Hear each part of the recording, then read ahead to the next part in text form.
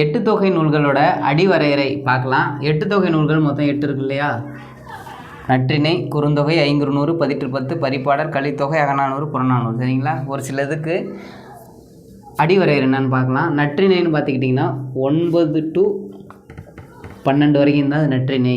குறுந்தொகைன்னு பார்த்திங்கன்னா 4 முதல் 8 அடி வரை இருக்கணும். ஐங்குறுநூறுனா 3 முதல் 6 அடி வரை இருக்கணும். அடுத்தது பார்த்திங்கன்னா அகநானூறு இருக்கு இல்லையா? 13 முதல் 31 வரைக்கும் இருக்கணும். அதனால தான், அதாவது அதிக அடிகளை கொண்டதுனால தான் அகநானூறு என்னன்னு சொல்கிறாங்கன்னா நெடுந்தொகை என்று அழைக்கிறாங்க. சொல்லுங்கள், நெடுந்தொகை. சரியா? இந்த கலித்தொகையில் 150 பாடல்கள் இருக்குது. அடுத்தது இந்த நாடக பாங்கில் அமைந்த ஒரே 8 தொகை நூல் கலித்தொகை தான். சரிங்களா? அகநானூறு இருக்கு இல்லையா? திருமண உறவுகளை பற்றி குறிப்பிடும் நூல் என்னன்னு கேட்பாங்க. ஏது? அகநானூறு.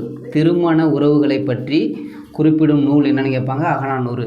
அதே போல் காதல் இலக்கியம் என அழைக்கப்படும் சங்க இலக்கியம் எதுன்னு கேட்பாங்க. காதல் இலக்கியம் என அழைக்கப்படும் சங்க நூல் எது? குறுந்தொகை. சரியா? இப்போது இந்த 8 தொகை நூல்களோட ஃபுல் வீடியோ யூடியூப்பில் போட்டிருக்கேன். ஃபுல்லாக டீட்டெயிலாக பார்க்கணுன்னா பார்த்துங்க. அது ஏதாவது டவுட்டு இல்லை ஏதாவது கமெண்ட் பண்ணணுன்னா பண்ணுங்கள். வேறு ஏதாவது நடத்தணுன்னாலும் சொல்லுங்கள். சரிங்களா? தேங்க்யூ.